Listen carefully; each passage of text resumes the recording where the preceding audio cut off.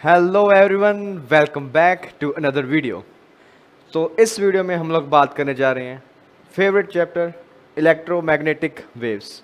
बहुत ही थ्योरेटिकल और बहुत ही easy chapter.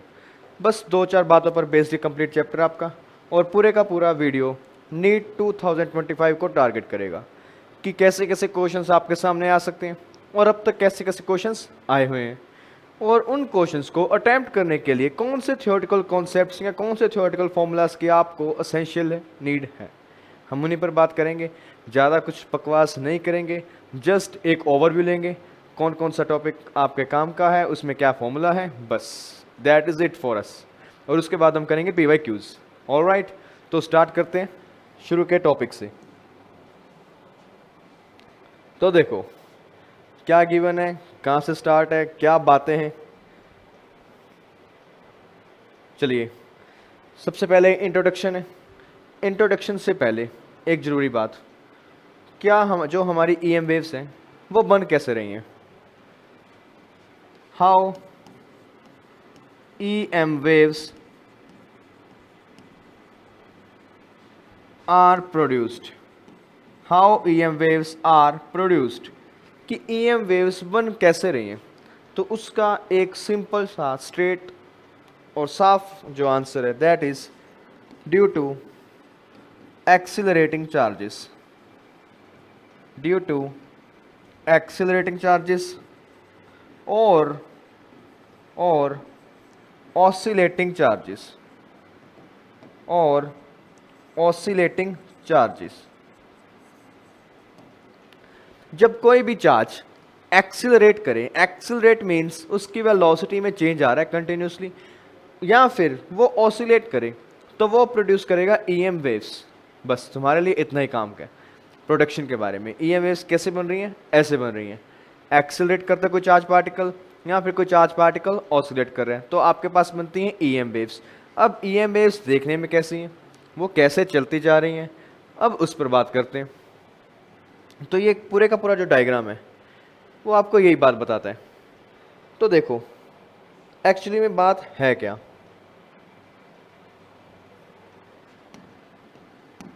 EM waves, EM waves नाम में दो टर्म्स हैं, इलेक्ट्रिक और मैग्नेटिक। दो टर्म्स हैं, इलेक्ट्रिक मैग्नेटिक। तो दोनों टर्म्स की कुछ ना कुछ इंपॉर्टेंस होगी, दो दो बातों पर यहाँ बातें होंगी। तो बात क्या है, देखो सबसे पहली चीज कि यहाँ पर आपके पास इलेक्ट्रिक फील्ड भी होगा और यहाँ पर आपके पास मैग्नेटिक फील्ड भी होगा, प्लस दोनों के दोनों चेंज होते हुए दिखाई देंगे आपको, चेंजेस कंटिन्यूसली। दोनों के दोनों कंटिन्यूसली चेंज होते दिखाई देंगे आपको। कोई फिक्स पैटर्न नहीं होता कि इलेक्ट्रिक फील्ड कांस्टेंट है या मैग्नेटिक फील्ड कांस्टेंट है, दोनों के दोनों टाइम के साथ चेंज होंगे। ओके, तो अब होता क्या है, इलेक्ट्रिक फील्ड चेंज हो या मैग्नेटिक फील्ड चेंज हो टाइम के साथ, तो वो अगर इलेक्ट्रिक फील्ड चेंज हो रहे हैं तो वो मैग्नेटिक फील्ड प्रोड्यूस करते हैं, अगर मैग्नेटिक फील्ड चेंज हो रहे हैं तो वो इलेक्ट्रिक फील्ड प्रोड्यूस कर रहे हैं। यानी दोनों एक दूसरे के प्रोडक्शन का कोज है, दोनों एक दूसरे को बढ़ावा दे रहे हैं। तो इलेक्ट्रिक फील्ड भी होगा आपके पास, मैग्नेटिक फील्ड भी होगा। होंगे कैसे, देखो सबसे पहले बात करते हैं इनके मोशन की या इनके होने की कैसे दिखेंगे आपको। ये जो आपका ग्रीन वाला पार्ट है डायग्राम में, ये पूरे का पूरा शो कर रहा है इलेक्ट्रिक फील्ड को। इलेक्ट्रिक फील्ड को, कि इलेक्ट्रिक फील्ड आपके पास है, उसके ऑसिलेशन की डायरेक्शन की अगर बात करूं तो वो है एक्स एक्सिस में, एक्सिस सॉरी वाई में, एक्स आपकी ये वाई और ये जेड। इलेक्ट्रिक फील्ड का ऑसिलेशन वाई एक्सिस में। अगर मैं मोशन की बात करूं इलेक्ट्रिक फील्ड की, तो इलेक्ट्रिक फील्ड इस तरह से ऑसिलेट करता हुआ एक्स एक्सिस में बढ़ता जा रहा है, वाई एक्सिस में ऑसिलेट कर रहे हैं और एक्स एक्सिस में बढ़ता जा रहा है। इट मीन्स उसकी जो वेलोसिटी है that is along x axis. All right, तो इसी तरह से मैग्नेटिक फील्ड भी होते हैं। अब मैग्नेटिक फील्ड की खासियत क्या है कि वो इलेक्ट्रिक फील्ड के परपेंडिकुलर होगा हमेशा। तो वो मान लो z डायरेक्शन में आ गया, z डायरेक्शन में आया, उसके वाइब्रेशन या ऑसिलेशन किस तरफ है, z डायरेक्शन में, z डायरेक्शन में उसका ऑसिलेशन। अगर उसके मोशन की बात करो तो ये भी आपका एक्स एक्सिस में मूव कर रहे हैं, यानी आपका मैग्नेटिक फील्ड कुछ इस तरह से ऑसिलेट कर रहे हैं, but it is moving along x axis. Z axis में ऑसिलेशन और मोशन किस तरफ, एक्स एक्सिस में। तो दोनों के दोनों पैरेलली सेम फेज में ऑसिलेट करते हैं और सेम डायरेक्शन में मूव करते हैं, कुछ इस तरह से। इलेक्ट्रिक फील्ड आपका ऊपर की तरफ, मैग्नेटिक फील्ड आपका इस लेफ्ट राइट, तो कुछ इस तरह से इनके वाइब्रेशंस हैं और डायरेक्शन ऑफ प्रोपगेशन एक ही तरफ है। इलेक्ट्रिक फील्ड, मैग्नेटिक फील्ड और इनका मोशन का डायरेक्शन। अब यहाँ से जो मेन पार्ट निकल कर आते सामने वो ये है, वो शायद आपने ऑब्जर्व भी किया हो कि इलेक्ट्रिक फील्ड के ऑसिलेशन की डायरेक्शन और मैग्नेटिक फील्ड के ऑसिलेशन की डायरेक्शन दोनों एक दूसरे के परपेंडिकुलर हैं। वो साफ साफ दिख रही है। इलेक्ट्रिक फील्ड आपका y में है, मैग्नेटिक फील्ड आपका z में है, प्लस जो इनके मोशन की डायरेक्शन है, प्रोपगेशन की डायरेक्शन है, वो भी इन्हीं के ही परपेंडिकुलर होगी, तीन दोनों की। इट मींस इलेक्ट्रिक फील्ड का ऑसिलेशन, मैग्नेटिक फील्ड का oscillation and direction of propagation, तीनों की तीनों म्यूचुअली परपेंडिकुलर हैं एक दूसरे के। बहुत ही जरूरी बात, तीनों की तीनों चीजें म्यूचुअली परपेंडिकुलर हैं एक दूसरे की, और ये कॉन्सेप्ट आपका काफी काम आता है क्वेश्चन सॉल्विंग में।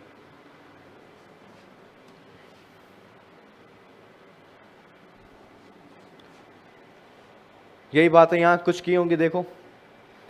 अ चेंजिंग इलेक्ट्रिक फील्ड प्रोड्यूसेस अ चेंजिंग मैग्नेटिक फील्ड, जो भी हमने बात की, इलेक्ट्रिक फील्ड चेंज होगा तो वो एक मैग्नेटिक फील्ड को प्रोड्यूस करेगा जो कि चेंज होता हुआ होगा, and vice versa, and it gives rise to a transverse wave known as electromagnetic wave.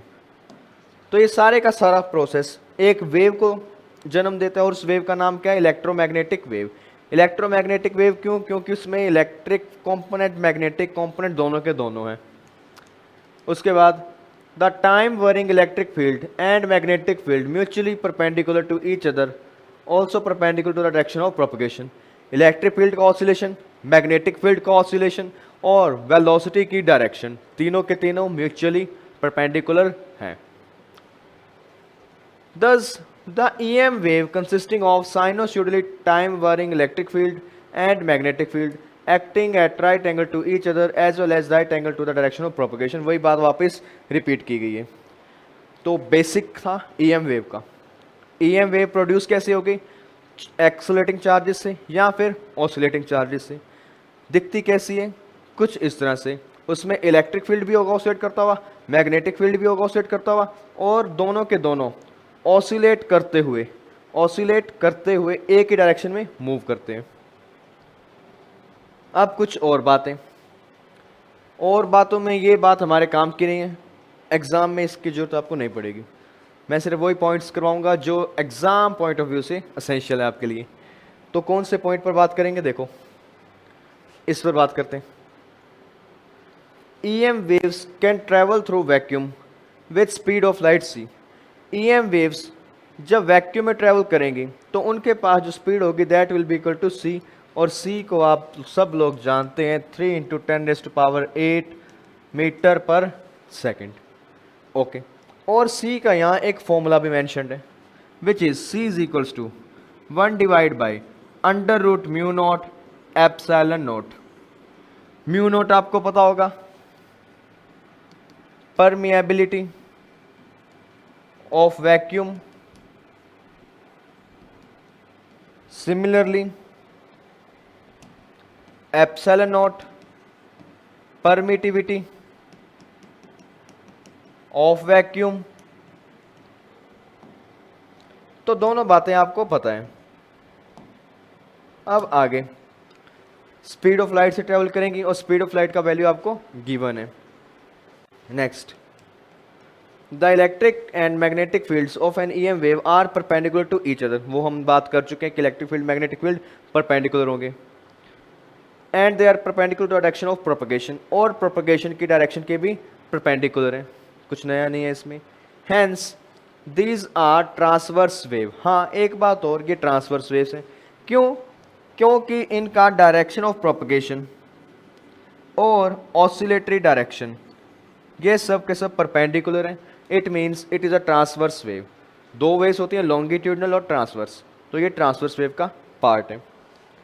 Next, the instantaneous magnitudes of electric field and magnetic field in an EM wave are related by expression E by B divide equals to C. E by B equals to C.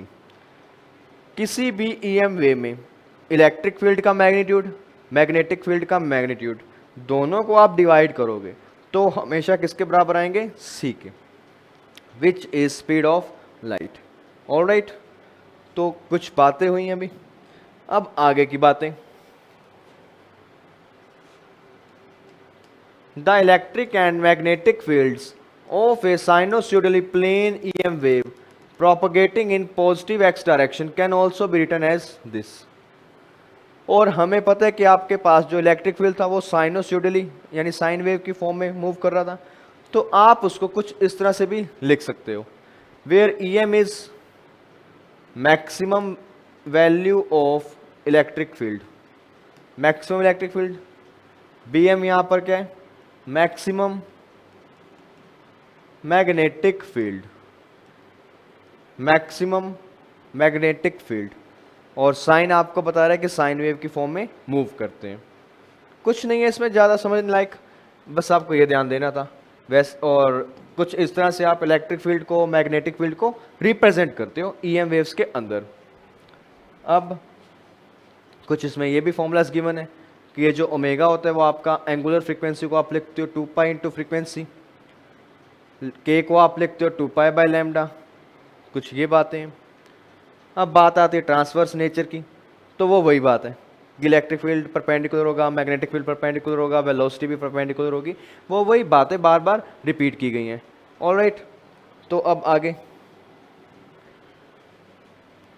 हाँ ये important part है, इसको याद कैसे रखोगे पहले इस पर बात करते हैं। देखो, इस पार्ट का नाम है आपका इलेक्ट्रोमैग्नेटिक स्पेक्ट्रम। Electromagnetic spectrum. अब इलेक्ट्रोमैग्नेटिक स्पेक्ट्रम क्या है, कैसे आया, ध्यान दो। EM वेव्स यानी इलेक्ट्रोमैग्नेटिक वेव्स आपके पास आ रही हैं, बट उनकी अगर फ्रीक्वेंसी की बात करूं तो वो काफ़ी लो भी है और हाई तक जा रही है, लो भी है, हाई भी है, और ये सारी की सारी EM वेव्स हैं। अब हमें क्या करना था, इनको डिवाइड, कि जो लो वाली है उनको एक नाम दे दूं, और जो बीच वाली है उनको एक नाम दे दूं, हाई वाली को एक नाम दे दूं। इट मीन्स अलग अलग फ्रीक्वेंसी की वेव्स को हमने किया divide. It is just division of EM waves. EM wave को हमने डिवाइड किया अलग अलग ग्रुप्स में, और उन ग्रुप्स को एक नाम दिया कि तेरा नाम ये है, तेरा नाम ये है, और उन सभी ग्रुप्स की एक पर्टिकुलर फ्रीक्वेंसी रेंज थी, एक पर्टिकुलर वेवलेंथ रेंज है, एक पर्टिकुलर एनर्जी की वैल्यू है। ऑलराइट, तो वो सभी की आपको अगर फ्रीक्वेंसी रेंजेस याद नहीं है तो भी काम चल जाता है, बट आपको ऑर्डर याद होना चाहिए कि उनकी फ्रीक्वेंसी का ऑर्डर क्या है, उनके वेवलेंथ का ऑर्डर क्या है। राइट, तो कैसे याद रखोगे? देखो, याद रखने का जो सिंपल मेथड है that is gamma X U V I M R. Gamma X U V I M R 7 words है, 7 वर्ड्स लिखो। अब 7 वर्ड्स का मतलब क्या है? सबसे पहले गामा का गामा रेस, गामा का गामा रेस, ठीक है।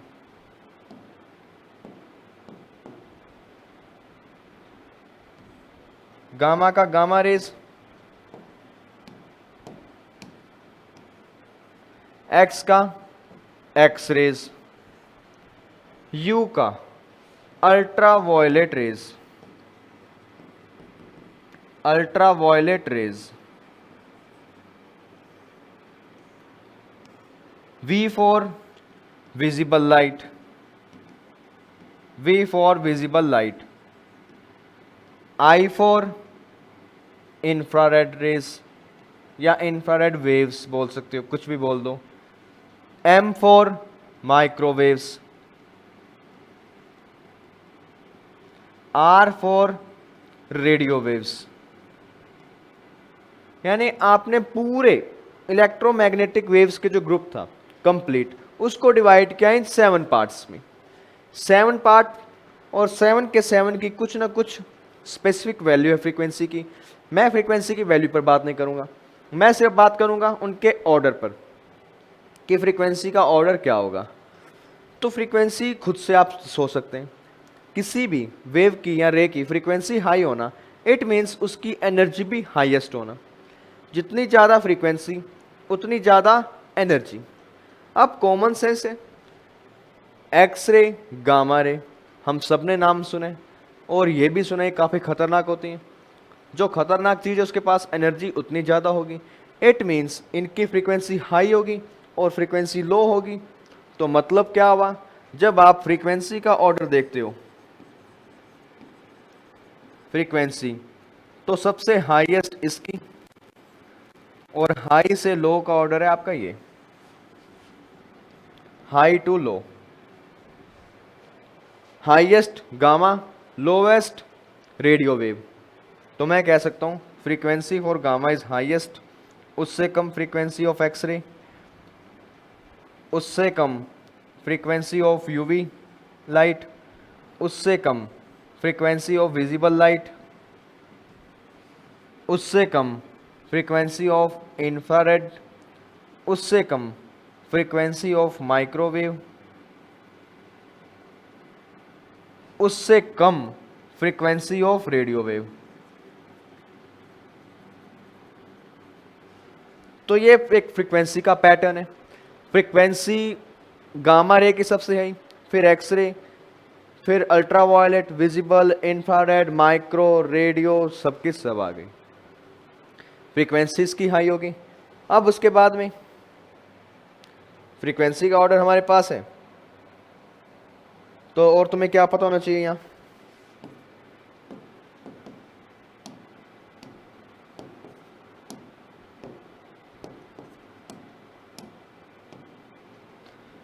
Energy order. एनर्जी की बात करें, जिसकी फ्रीक्वेंसी ज़्यादा उसकी एनर्जी भी ज़्यादा। It means energy of gamma will be high, उसके बाद एनर्जी ऑफ एक्स रे, उसके बाद एनर्जी ऑफ यूवी लाइट, उसके बाद एनर्जी ऑफ विजिबल लाइट, उसके बाद एनर्जी ऑफ इंफ्रारेड, उसके बाद एनर्जी ऑफ माइक्रोवेव, उसके बाद एनर्जी ऑफ रेडियो वेव। तो ये एक पैटर्न था आपका। अलग अलग जो इलेक्ट्रोमैग्नेटिक स्पेक्ट्रम के अंदर अलग अलग ग्रुप्स आए थे वेव्स और रेस के, उनका फ्रीक्वेंसी का पैटर्न क्या है, फ्रीक्वेंसी किस तरफ लो हो रही है, किस तरफ हाई हो रही है, बस यही आपको ध्यान रखना है। और ये पूरे का पूरा सीक्वेंस आपको याद होना चाहिए। सीक्वेंस याद रखने का तरीका simple, gamma X U V I M R, gamma X U V I M R, बस। नाउ फ्रीक्वेंसी हो गया, एनर्जी हो गया। अब बात करते हैं वेवलेंथ पर कि वेवलेंथ का पैटर्न क्या है। जिसकी फ्रीक्वेंसी हाई उसका वेवलेंथ सबसे लो, जिसकी फ्रीक्वेंसी लो उसका वेवलेंथ सबसे हाई। तो आप लोग साफ साफ कह सकते हो कि इसका फ्रीक्वेंसी सबसे हाई होगा रेडियो वेव का, तो लगा दो ग्रेटर का साइन। उसके बाद लैम्डा फॉर माइक्रोवेव, उसके बाद लैम्डा फॉर इंफ्रारेड, उसके बाद लैम्डा फॉर विजिबल, उसके बाद लैम्डा फॉर यूवी, उसके बाद लैम्डा फॉर एक्सरे, उसके बाद लैम्डा फॉर गामा। सबसे लोवेस्ट गामा के लिए, हाईएस्ट रेडियो वेव के लिए। फ्रीक्वेंसी का पैटर्न हो गया, वेवलेंथ का पैटर्न हो गया, इतना बहुत है, ये दोनों आपके काम आते हैं। अब एक बात इस पर भी, विजिबल लाइट पर 10th क्लास का कॉन्सेप्ट अगर याद हो, विजिबल लाइट्स में भी कुछ पार्ट्स होते हैं, vibgyor, violet, indigo, blue, green, yellow, orange, red. इसमें भी आपको पता होना चाहिए फ्रीक्वेंसी जो होती है किसकी हाई है, वेवलेंथ किसकी हाई है। वेवलेंथ का ऑर्डर हमेशा कुछ इस तरह से होता है, ये हाई, ये लो। वेवलेंथ इसका लो, इसका हाई। अगर फ्रीक्वेंसी की बात हो तो रेड का सबसे लो, वॉयलेट का सबसे हाई। बस ये पैटर्न अगर आपको याद है तो कोई दिक्कत आने नहीं वाली आपको ईएम स्पेक्ट्रम में। ऑलराइट, अगर आपके पास टाइम हो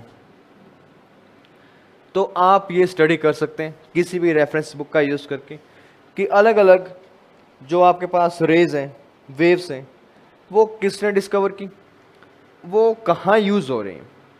हालांकि एग्ज़ाम में नहीं आता, बट अगर वैसे पढ़ना है तो आप पढ़ सकते हो। एग्ज़ाम पॉइंट ऑफ व्यू से ज़्यादा इंपॉर्टेंट नहीं है, क्योंकि वो नहीं पूछता कि कहाँ यूज़ हो रही है, कौन सी वेव कहाँ यूज़ हो रही है। ये बोर्ड लेवल पर ऐसे क्वेश्चन पूछे जाते हैं।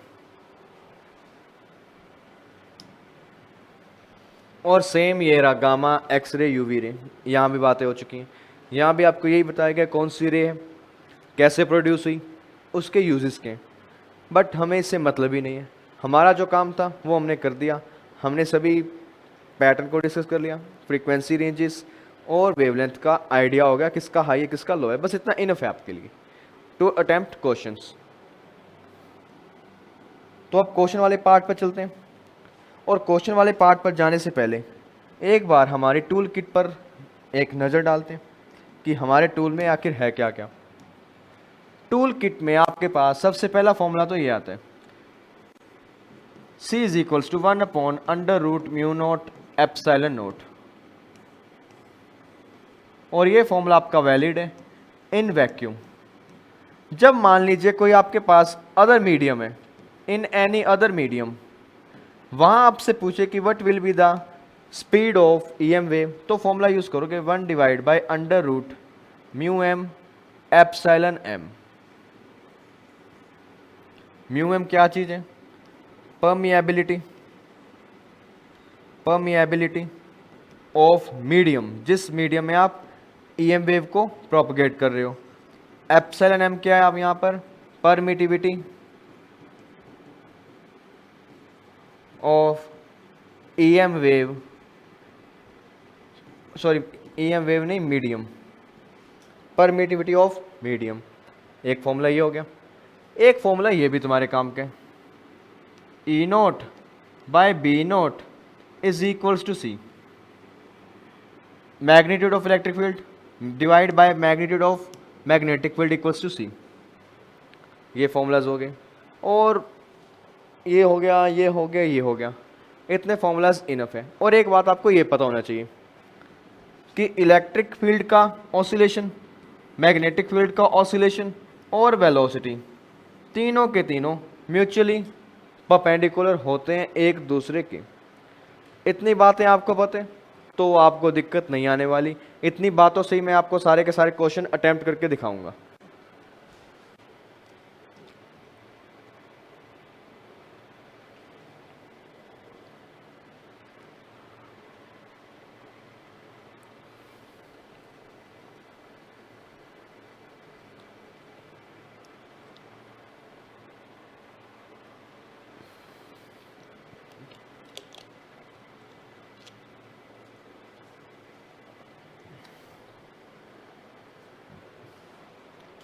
चलिए अब आते हैं क्वेश्चन वाले पार्ट पर। क्वेश्चन कैसे अटेम्प्ट करने, क्या लेवल होता है क्वेश्चंस का, देख लो एक बार। The EM radiation which has smallest wavelength, किस ईएम वेव के अंदर किस पर्टिकुलर पार्ट की जो वेवलेंथ है वो स्मॉल होगी। हमने सारा पैटर्न देखा था, gamma, X U V, I M R, और मैंने फ्रीक्वेंसी का बताया था। यहाँ से जाते हो इस तरफ तो लो होगी, this is high, this is low.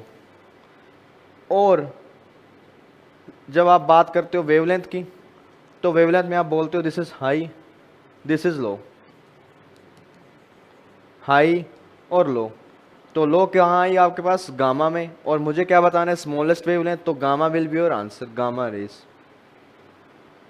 इसमें तो कोई दिक्कत ही नहीं है, थ्योरेटिकल पार्ट है और नीट के प्रीवियस ईयर क्वेश्चन है।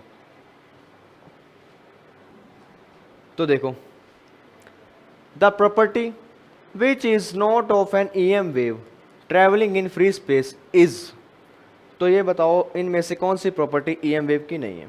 तो देखते हैं property. They are transverse in nature, transverse तो होती है। The energy density in electric field is equal to energy density in magnetic field. अगर आपने इस चैप्टर का थ्योरी थोड़ा बहुत पढ़ा हुआ है तो उसमें एक पॉइंट होता है कि energy density of electric field and magnetic field are equal, तो ये पॉइंट भी आपका सही है। Third point, they travel with the speed equal to 1 divide by under root mu not epsilon not, यानी इक्वल्स टू सी। बिल्कुल सही बात है कि वो EM वेव सी से ट्रेवल करती है वैक्यूम में, और फ्री स्पेस की ही बात हो रही है। They originate from charges moving with uniform speed, ना यूनिफॉर्म स्पीड तो कतई नहीं है। हमने क्या देखा था, EM वेव्स कब बनती हैं, जब चार्जेस एक्सेलरेट करें, और यूनिफॉर्म स्पीड में तो एक्सेलरेशन आपका जीरो होता है, तो यहाँ EM वेव्स प्रोड्यूस ही नहीं होंगी। तो यही आपका करेक्ट ऑप्शन होगा। हमने बताना था कि विच is not property of EM wave, तो ये भाई प्रॉपर्टी नहीं है, कतई नहीं है। ऑलराइट, तो सॉल्व हो गया। अब आगे, a plane EM wave travelling in free space, ठीक है जी, प्लेन EM वेव है, फ्री स्पेस में ट्रेवल करती जा रही है।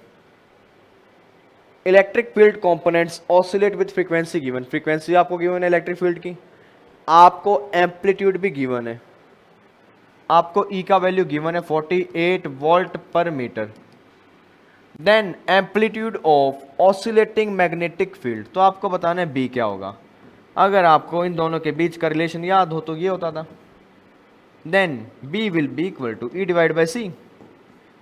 E का वैल्यू आपके पास है 48, C को डिवाइड में लगाओ 3 into 10⁻8 and what you will get 16 into 10⁻8 Tesla will be your answer, right. तो कहाँ है 16, 1.6 1.6 1.6 1.6, तो 1.6 है तो बना देते हैं, 10 से डिवाइड किया, 10 से मल्टीप्लाई, डिवाइड करोगे तो 1.6, और ये बना आपका 10⁻7 Tesla, that will be your answer.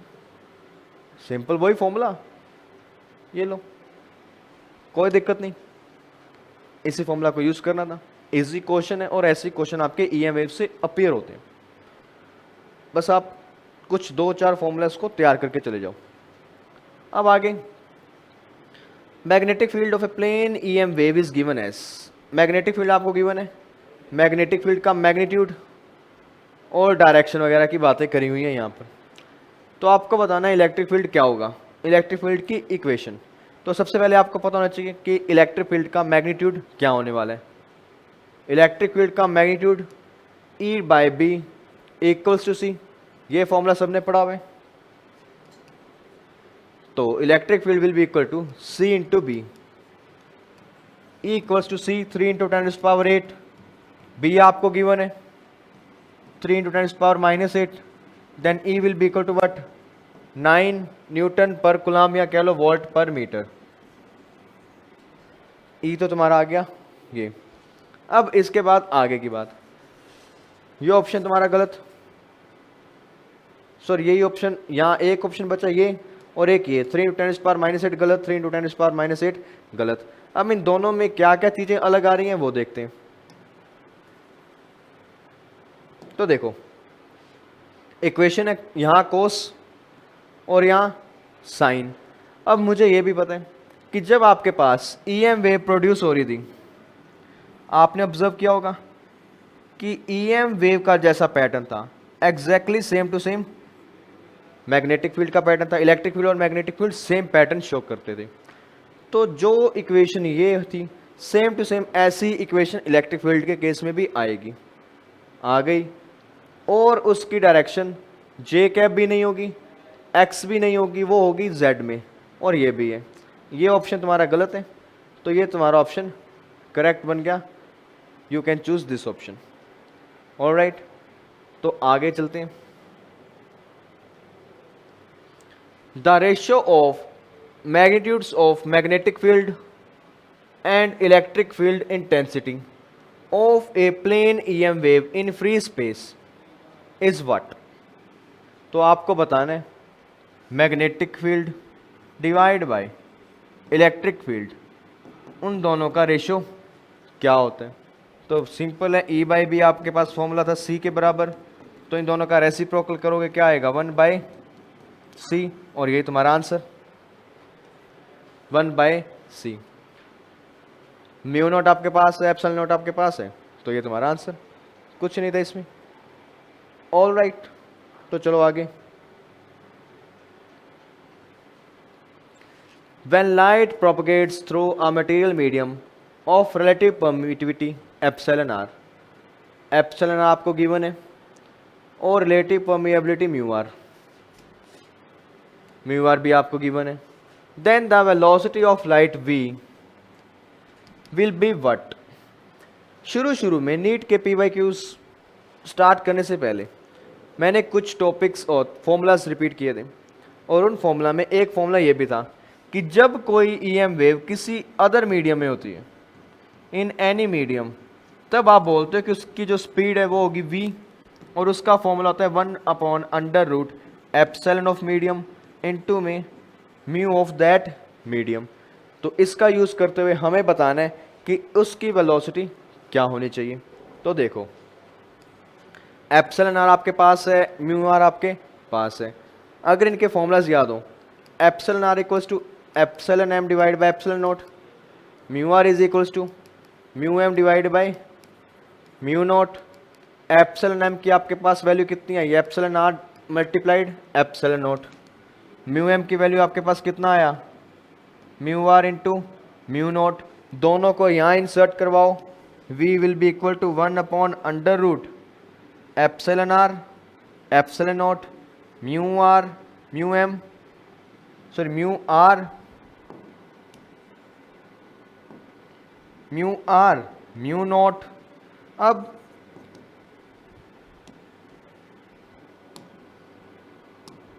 Are एक तरफ कर दो, epsilon R mu R not एक तरफ कर दो, कर दिया।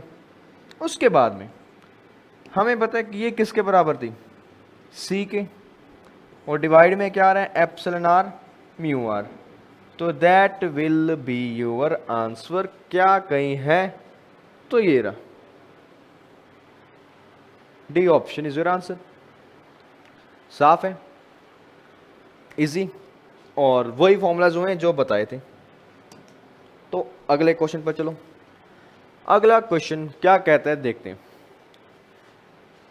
For a plane EM wave propagating in x direction, which one of the following gives you the combination of correct possible direction for electric field and magnetic field respectively?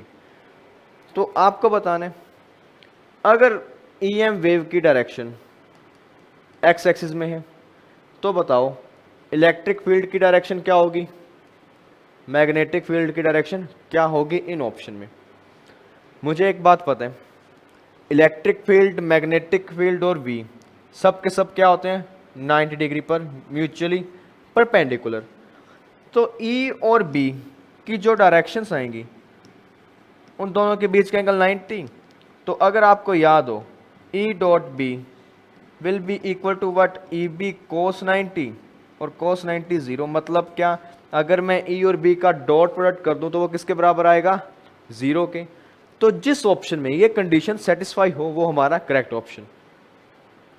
तो ये E और ये B दोनों का dot करो, -j multiplied by -j will be equal to 1, k multiplied by k will be equal to 1, और ये तुम्हारा आता है 2, तो ये ऑप्शन तो 0 नहीं आ रहा।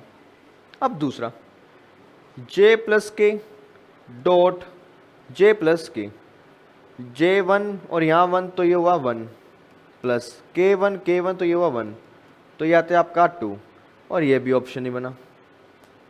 अब ये बचता है -j plus K -j j minus और minus plus 1 into -1 will be equal to -1, और तुम्हारा आंसर आता है 0। तो ये ऑप्शन हो सकता है तुम्हारा C।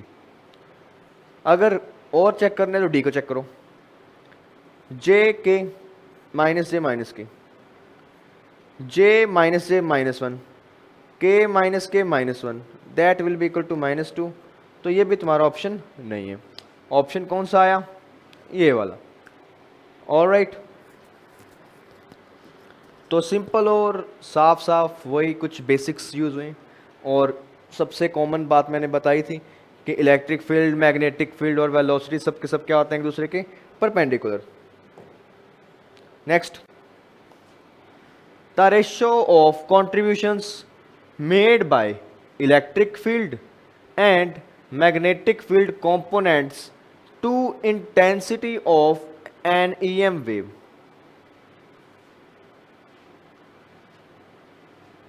तो ये बताओ इलेक्ट्रिक फील्ड और मैग्नेटिक फील्ड कंपोनेंट्स का ईएम वेव की इंटेंसिटी में क्या सीन रहते हैं? तो सिंपल है, इलेक्ट्रिक फील्ड और मैग्नेटिक फील्ड दोनों का अगर रेशियो देखो किसके बराबर आएगा? सी।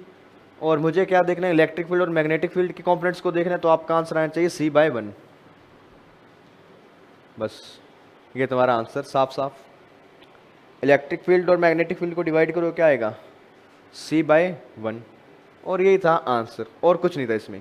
आपको यही बताना था इलेक्ट्रिक फील्ड और मैग्नेटिक फील्ड के जो कंपोनेंट्स हैं उनका पोर्शन कितना कितना है, वो मैंने बता दिया।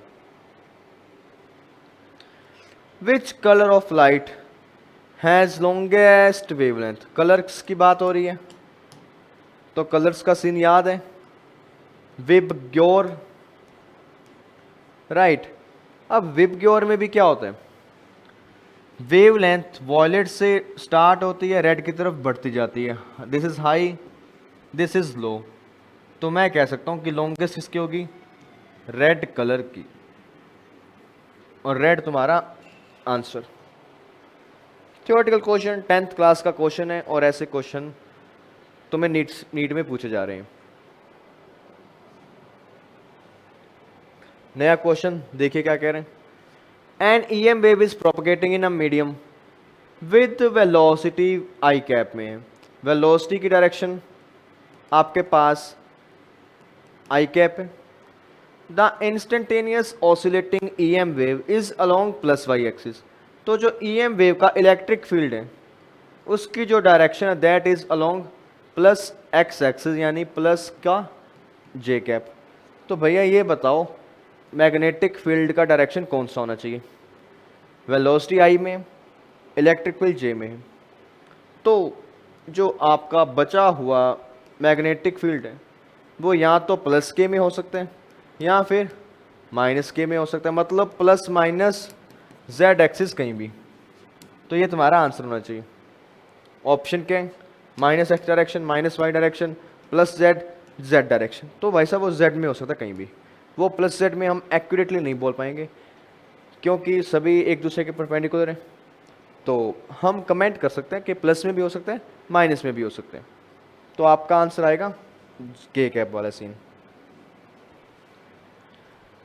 इन an electromagnetic wave in free space the root mean square value of electric field यानी ERMS आपको गिवन है 6 volt per metre. Then the value of peak magnetic field will be what? शायद ये चीज़ आपको पता हो या नहीं पता हो, बट अगर आपने AC चैप्टर पढ़ा हुआ है तो वहाँ पर एक फॉर्मूला होता है, किसी भी चीज़ की RMS वैल्यू इक्वल्स टू उसका peak value divide by √2।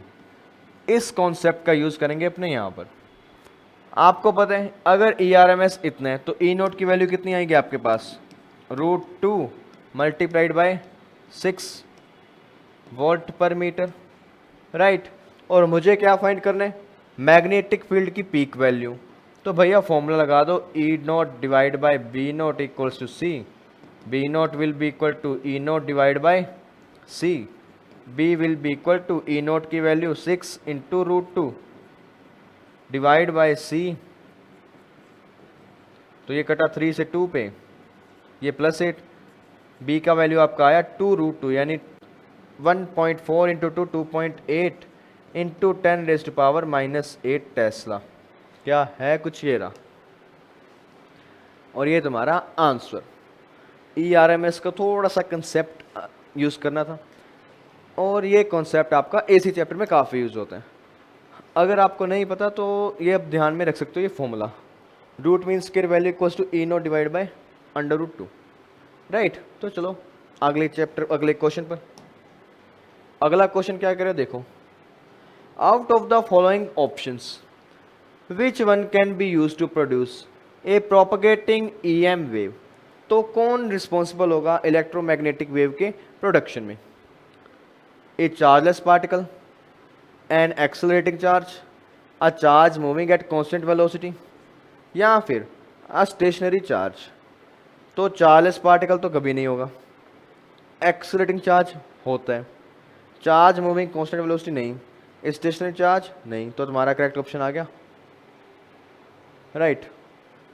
Accelerating charge, जब कोई भी चार्ज एक्सेलरेट करते हैं यानी उसकी वेलोसिटी टाइम के साथ बढ़ती जाए या घटती जाए यानी चेंज होता रहे, तो आप लोग बोलते हो कि that will produce EM wave, right. तो चलिए आगे। So that is it for today. I hope आपको सभी कॉन्सेप्ट्स अंडरस्टैंड हुए हों और आपको PYQs पे अच्छी तरह समझ आए हों। अब तक हमने क्या बातें करी कि EM वेव में थियोरेटिकल पार्ट आपके लिए कौन सा इंपॉर्टेंट है और उनसे रिलेटेड कुछ PYQs। और PYQs की अगर बात करूं तो एक PYQ श्योर आता है और अटेम्प्ट करने लायक होता है आपका। अगर आपने इतना भी पढ़ा तो आप उसको इजीली अटेम्प्ट कर पाते हो। Alright, so thank you for watching, keep studying, keep working hard.